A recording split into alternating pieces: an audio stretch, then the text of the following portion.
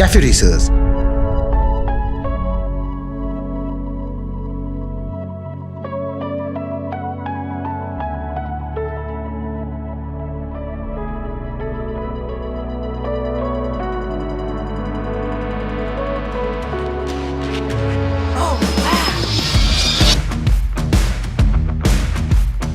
They are arguably one of the most recognizable style of motorcycles ever built.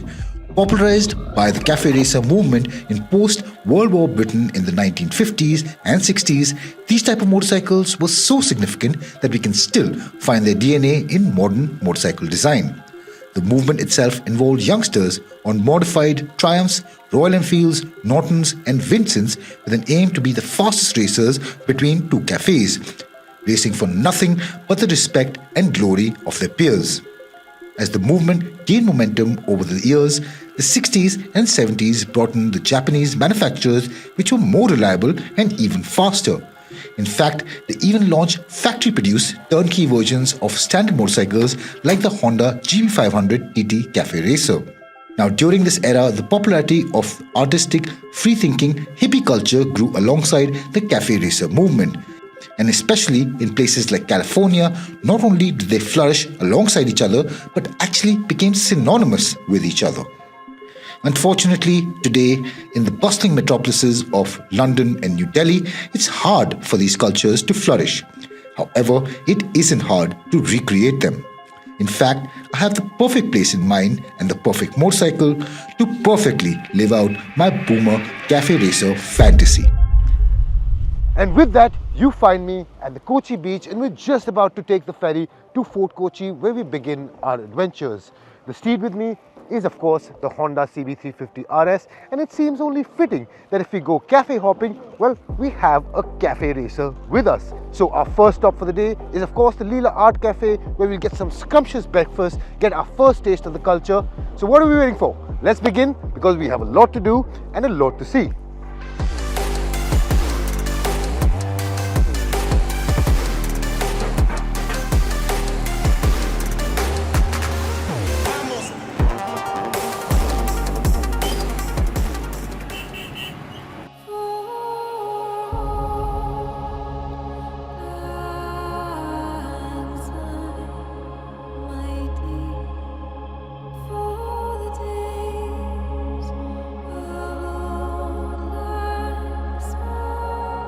So as we start our journey, one of the easiest and most convenient ways to get to Fort Kochi is of course the roll-on and roll-off ferries which are on currently. It's just a 4-minute journey, and well, I'll see you on the other side where we have a lot to do.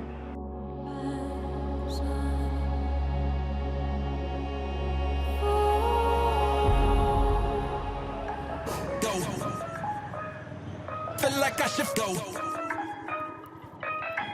Feel like I should, feel like I should, feel like I should, feel like I should flow.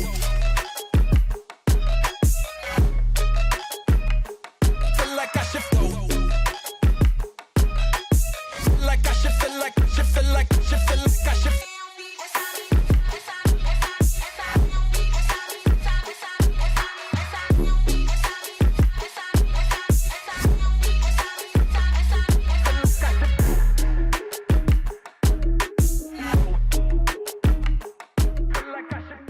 Now, Kochi just doesn't do run-of-the-mill cafes. This is a place which perfectly embodies quaint art-style cafes that really embellish you in the place's heritage.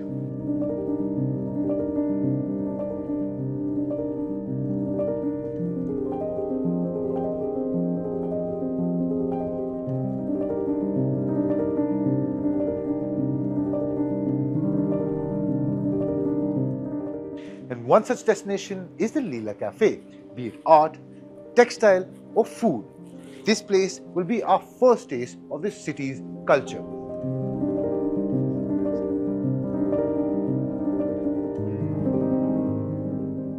While spice and trade was synonymous with old Kochi, art and design are the faces of its new reinvigorated side. Art museums, galleries, studios and cafes like the one we are in are permanent fixtures of the community. From paintings, clothes, dance, music and handmade crafts, Kochi's artists are putting the city's artistic side on the map. In fact, the city hosts the Kochi Muziris Biennale, Asia's largest contemporary art festival, and the Kochi Art Weekend under the aegis of the Biennale and self-funded by the local museum and galleries.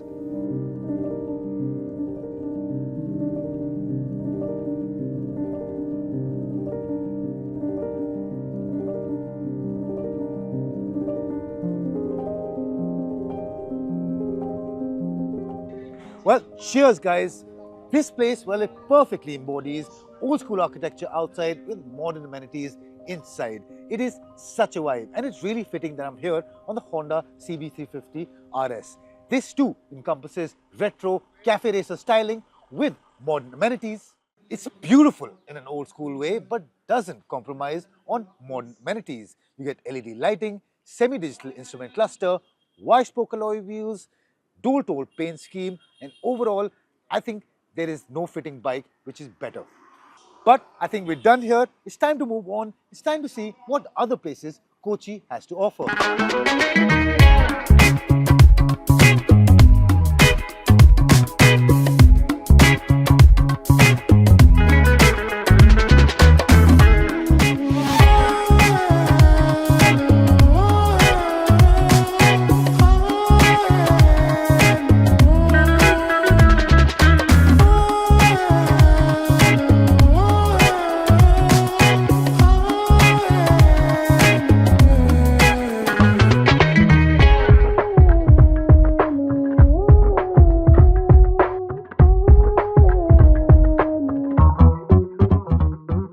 Kochi has always held the nickname of being the Queen of the Arabian Sea.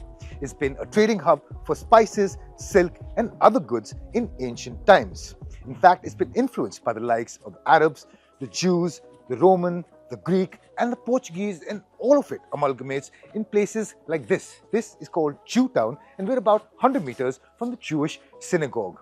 In fact, you walk around and this is an absolute mecca for goods like spices, silk and anything which really symbolize the trading influence that places like this had.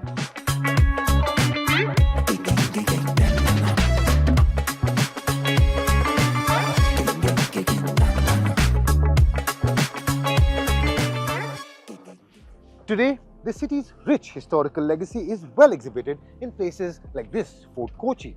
Established by the Portuguese in the 16th century, it was eventually taken over by the Dutch in 1663 and it still remains one of the key places to experience the new with the ambience of our colonial past in one go. You can find ancient temples, churches and even synagogues standing in complete harmony in one place.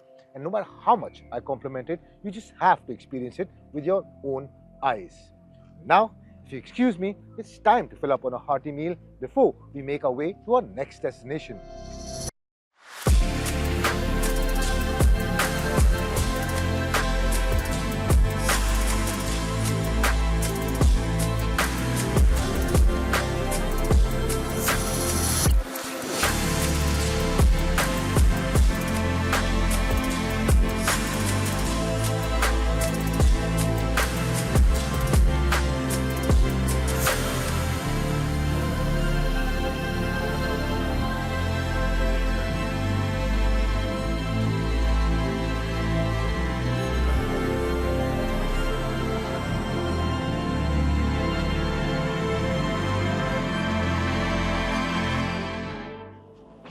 That was amazing. I'm so glad I picked this place. It's called Seagull and it's definitely on my recommended list of places if you ever happen to visit Fort Kochi.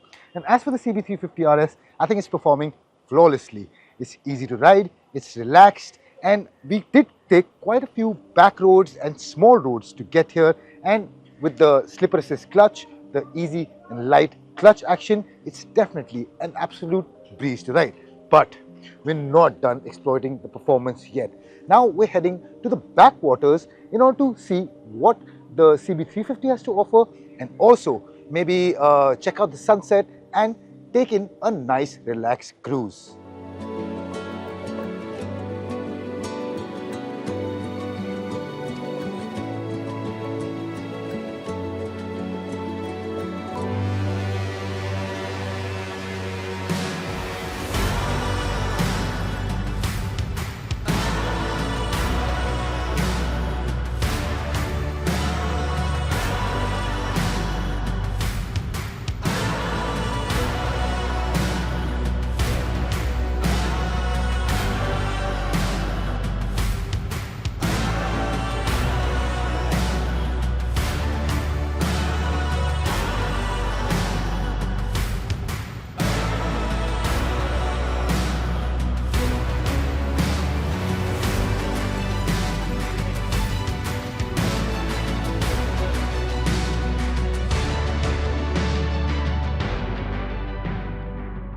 As night falls, the bustling streets of Kochi shimmer with similar intensity. You can choose to continue your artful grand tour with night markets or art cafes, or even choose to retire to boutique heritage restaurants to take in the local dishes and sound. We chose the old Harbour Hotel, a 300-year-old Dutch-style architecture which was once used as a residential estate for British tea-broking firms and now turned into a boutique hotel in the heart of Fort Kochi. ഞാൻ മനുഷ്യനെ തേടി നടന്നു ഈ ദുനിയാവൊക്കെ നടന്നു പക്ഷേ മനുഷ്യനെ കണ്ടില്ല ഞാൻ മനുഷ്യനെ കണ്ടില്ല